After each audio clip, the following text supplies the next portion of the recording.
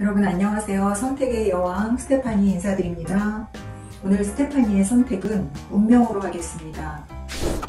운명의 사전적 의미는 태어나면서 결정된 인간이 피할 수 없는 결정이라고 합니다. 또 아놀드 토인비는 운명은 준비된 것이 아니라 우리 스스로가 결정하는 것이라고 합니다. 여러분들은 운명에 대해서 어떻게 생각하십니까? 운명은 정말 피할 수 없는 것일까요? 운명은 타고나는 게 맞는 것 같습니다. 그리고 우리의 생과 사를 우리가 결정하거나 피할 수는 없는 게 맞습니다. 그러나 내가 타고난 나의 운명은 내가 원하는 방향대로 선택할 수 있다라고 저는 그렇게 생각합니다. 저는 1960년생 8남매 7번째로 태어났습니다. 태어나서 내 의식이 있을 때 기억을 더듬으면 아버지는 눈수업을 하다가 사업이 망해서 그 모든 빚을 다 엄마한테 떠넘기고 아버지는 객지로 다른 생계수단을 찾으러 떠나십니다. 엄마는 빚더미에 홀로 앉아서 빚쟁이들한테 독촉을 받다가 결국은 최후의 수단으로 아버지가 갖고 있는 집을 팔게 됩니다. 아버지가 곁에 안 계시니까 의논할 수가 없어 엄마가 부동산에다가 혼자 그거를 도장을 찍고 집문서를 가져다가 매매를 합니다. 나중에 뒤늦게 알게 된 아버지께서 내 인감도장을 도용했다, 집문서를 도용했다, 공문서 위조죄로 엄마를 고발을 합니다. 엄마는 자녀를 낳고 같이 살아온 당신의 지아비로부터 고발을 당해 감옥을 갑니다. 저와 제 동생은 덩그라니 아이들만 집에 남게 됩니다. 형제들은 다 온데간데 없고 뿔뿔이 헤어져서 연락조차도 안 되고 저와 제 동생은 냉골인 방에서 어둡고 무서운 정말 극도로 고독한 그런 삶을 지내면서 7살인 저는 3살 아래의 동생이 밤마다 엄마를 그리워하고 찾을까봐 그 아이를 보듬느라고 저는 미처 슬퍼할 틈도 엄마를 그리워할 틈도 무서워할 틈도 없었습니다. 그렇게 동생과 저는 유년 시절을 극도로 힘들게 보냅니다. 그러면서 학창 시절을 맞게 됩니다. 그 당시 엄마와 아버지는 관계가 소용하고 서로 대면대면한 가운데 저희는 행복하지 않았습니다. 그렇게 저는 학교 생활을 하면서 내 안에 없는 것, 내 부모로부터 받지 못한 것, 혜택을 지금 받지 못하고 있는 것들을 저는 밖에 나가서 찾게 됩니다. 학교에서 친구들로부터 저는 관심을 받고 싶어서 그들에게 먼저 다가갑니다. 다가가서 그들에게 무엇을 해줘야 그들이 저에게 관심을 갖고 내가 그들의 사랑을 받을 수 있을까를 저는 생각을 합니다. 그래서 제가 할 수 있는 한도에서는 공부도 봐주고 또 그들이 힘들어하는 거 있으면 제가 언니처럼 다가가서 위로도 해주고 곁에서 힘이 되어주고 이런 삶을 살다 보니 제 곁에는 굉장히 좋은 친구들이 모이게 되었습니다. 그래서 그 친구들과 외롭지 않게 생활을 하면서 견고하게 살아가는 중에 친구들 부모로부터 이제 제가 사랑을 받게 됩니다. 시험 때가 되면 부모님들로부터 콜이 옵니다. 오늘 우리 집에 와서 같이 누구와 공부해라. 내가 너가 좋아하는 맛있는 음식 마련해 놓을게. 등등 해서 저는 친구 중에 국회의원 딸이 있었습니다. 친구의 국회의원 아버지가 저의 아버지가 되어주셨고요. 또 동경은행 차장님이 저의 아버지가 되어주셨고요. 감사원장님이 저희 아버지가 되어주신 날도 있었고요. 국세청장님이 저희 아버지가 되어주신 적도 있었습니다. 이렇게 저는 제가 제 가정에서 느껴보지 못한 사랑과 관심과 애정과 화목과 따스함과 단란함을 저는 친구들의 가정을 전전하면서 거기서 가정의 롤 모델을 체득하게 됩니다. 또 친구 엄마 중에 2대 영무가 나온 엄마가 있었습니다. 인텔리인 그 엄마께서 저만 보시면 어쩌면 너는 이렇게 어려운 가운데서도 늘 밝고 활기차니 그리고 당신의 딸보다 저를 더 예뻐해 주셨고 당신의 딸보다 저에게 더 많은 격려와 위로와 칭찬을 해주셨습니다. 그렇게 저는 그 나이 때부터 친구들의 가정, 부모로부터 저는 많은 칭찬을 먹고 살았습니다. 그렇게 성장을 하는 가운데 친구들은 대학을 가기 위해서 공부에 매진할 때 저는 아직도 빚더미 속에서 헤어나지 못하는 엄마를 보면서 빚을 해결하기 위해서 저는 엄마를 위해서 무엇을 해야 되는지를 선택하게 됩니다. 돈이 경쟁력이라는 걸 알았고요. 돈이 무기가 될 수 있다는 걸 알았고요. 돈이 있어야 남한테 무시당하지 않고 내가 행복을 지킬 수 있다는 걸 알게 되었습니다. 그래서 저는 돈을 벌기 위해서, 대기업을 가기 위해서, 은행을 가기 위해서 저는 하나의 기능을 취득하게 됩니다. 기능을 취득하기 위해서 상업학교를 지원하게 되었고요.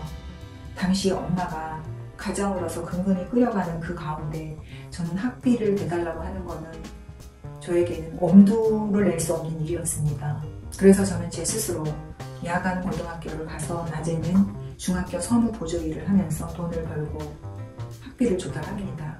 그렇게 3년의 고등학교 생활을 마치고 저는 국내 유수기업의 임원부속실 비서로 첫 발을 내딛게 됩니다. 여러 친구들의 엄마로부터 아빠로부터 칭찬을 먹고 사는 저는 자존감도 높고 제 존재에 대한 어떤 그 가치를 확실하게 정립된 상태에서 직장 생활을 하면서 상사들로부터 엄청난 총애를 받게 됩니다. 서로 자기의 부서로 데려가려고 저를 눈독들이는 그런 상황도 벌어지게 됩니다. 그렇게 저는 사장님, 회장님의 총애를 받으면서 비서 생활을 잘 하다가 저는 거기서 더 이상 배울 게 없다고 생각을 하게 됩니다. 남들은 다 비서 생활을 하고 정말 신선노름이라는 어떤 그런 부러움을 남들로부터 받고 있을 때 저는 2년 정도 하면서 내가 여기서 더 이상 배울 게 없다. 내가 이 노동력을 팔기 위해서 여기서 있는 거는 내 발전에는 아무 도움이 안 된다. 저는 이렇게 생각을 하게 됩니다. 그래서 붙잡을 때, 박수 칠 때 저는 떠나기로 결심을 합니다. 그래서 이직한 곳이 한국주택은행 본점이었습니다. 은행에 들어가 돈의 흐름과 경제의 개념과 또 제가 경험하지 못한 세계에서 더 많은 것들을 터득해서 취득하게 됩니다. 그러면서 결혼을 하게 되면서 은행을 자발적으로 퇴행을 하고 그리고 아이들의 엄마로서 한 남자의 아내로서 살아가게 됩니다. 그러면서 꾸민 가정의 주변에서 엄마들로부터 측근들로부터 어쩌면 그렇게 세련되셨어요. 어쩌면 이렇게 인테리어 감각이 뛰어나세요. 패션 감각은 어떻게 이렇게 뛰어나신데요. 이거는 어디서 샀는데요. 이거는 어디 가면 살 수 있어요. 라고 계속 매일 하루에도 수차례씩 질문을 받았습니다. 그때 저는 아이디어가 하나 떠오르더라고요. 아, 내가 이 칭찬, 내가 이런 감각을 가지고 내가 샵을 차리면 굉장히 잘 되겠다. 이런 생각을 하게 되었습니다. 그래서 그 당시 가진 현금은 없었고 점포 얻을 돈이 없었기 때문에 방 2칸짜리에서 아이들 방을 비우게 됩니다. 거기다가 샵처럼 점포를 하나 꾸밉니다. 그래서 모든 소품을 갖다 놓고 거기서부터 제 비즈니스는 시작이 됩니다. 그러면서 사업의 감각이 탁월하다는 걸 알게 됐고 1인 창업을 위해서 거듭 이렇게 성장을 해나갑니다. 그래서 무려 15가지 아이템을 모두 성공을 시키게 됩니다. 운명을 헤쳐나가고 있는 거죠. 제가 타고난 운명은 어떠할지라도 저는 그 운명에 순응하지 않고 계속 발전해 나가고 있습니다. 거기는 상권이 안 되는 지역이야. 거기는 백전백패야. 거기 들어가면 블랙홀처럼 무조건 전세 보증금도 못 건지고 나오는 데야. 거기는 누구도 시도하지 않는 곳이야. 라고 하는 등등의 지역. 또 2년 동안 곰팡이 냄새가 진동을 하는 곳에 들어가서 이렇게 다 모든 점포들을 다 살려놓고 거기서 또 성과를 얻어냅니다. 그런데 운명은 늘 행복만 주지 않더라고요. 행복 뒤에는 불행과 굴곡과 고통과 고난이 따릅니다. 저는 2가지의 고난을 겪게 됩니다. 하나는 질병이었습니다. 호르몬의 문제로 인해서 저는 거의 아무것도 할 수가 없는 지경까지 이르렀을 때 처방을 받고 회복시키는 중에 주저앉아만 있지 않았습니다. 그동안 내가 바빠서 돈 버느라고 바빠서 둘러보지 못한 주변 환경을 둘러보면서 아이템을 접목시킵니다. 그래서 부동산에 관심을 갖게 됐고 자그마한 부동산을 하나 벌어놓은 돈으로 사서 돈이 나를 위해서 일하게 했고 그러면서 부동산 일부 경험을 하게 됩니다. 부동산에서도 계약률 100%라는 어떤 그런 그 타의 추정을 불허하는 인정을 받게 됩니다. 그리고 또 하나의 고난이 옵니다. 너무도 성황리에 잘 된 매장을 운영을 하다가 신호 대기 중에 3중 추돌 사고 교통사고를 당하게 됩니다. 그래서 저는 지금도 교통사고 후유 장애를 갖고 있습니다. 그렇게 교통사고 후유 장애를 받고 또 주저앉아 있지 않았습니다. 쉬고 있는 동안 또 제가 열심히 벌어놓은 돈을 가지고 이걸 어떻게 투자를 해야 이 돈이 나를 위해서 또 움직여줄까를 고민을 하다가 주변에 정보를 취득하고 그 정보를 체킹하고 그것을 땅에 흐리지 않고 저는 시도를 합니다. 그렇게 해서 부동산을 사서 또 돈이 나를 위해서 일하게 저는 또 거기서 또 성과를 얻어냅니다. 거기서 그치지 않고 저는 사양길이라고 생각한 옷을 모든 걸 다 접고 그리고 저는 새로운 슈퍼갑의 길을 갑니다. 어렵사리 피부 국가 자격증을 따서 수요보다는 공급이 부족한 왁싱 시장에 눈을 돌리고 저는 천연 슈가링 왁싱 부티크를 청담동에 오픈을 합니다. 남들은 50대 중반에 다 일손을 놓을 때 저는 다시 슈퍼갑의 길을 출발을 했습니다. 그렇게 해서 지금까지 청담샵을 운영하고 있습니다. 여러분, 저의 운명은 너무도 열악하게 타고났습니다. 저는 운명을 탓하거나 운명에 지배당하지 않았습니다. 저는 제 삶을 제가 이끌어갔습니다.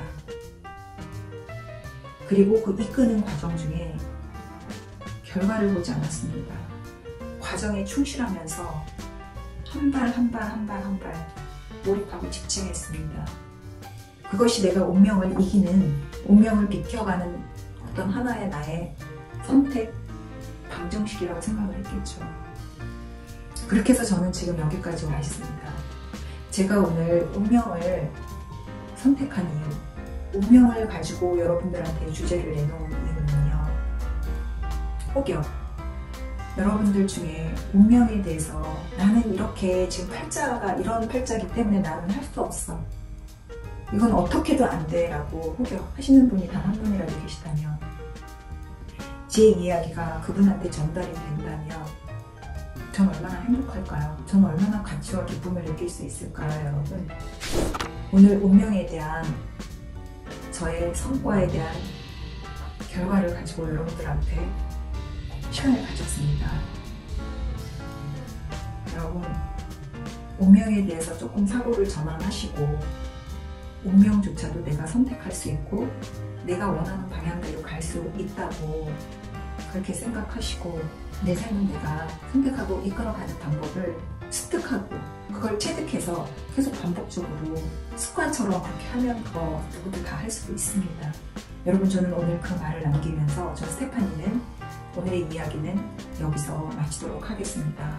그리고 여러분들 앞에 제가 정말 운명을 극복하면서 어려운 시기에 그 시기에 썼던 글 한 구절을 남기면서 오늘 이 방송을 마치겠습니다. 여러분 감사합니다. 선택의 여왕 스테파니였습니다.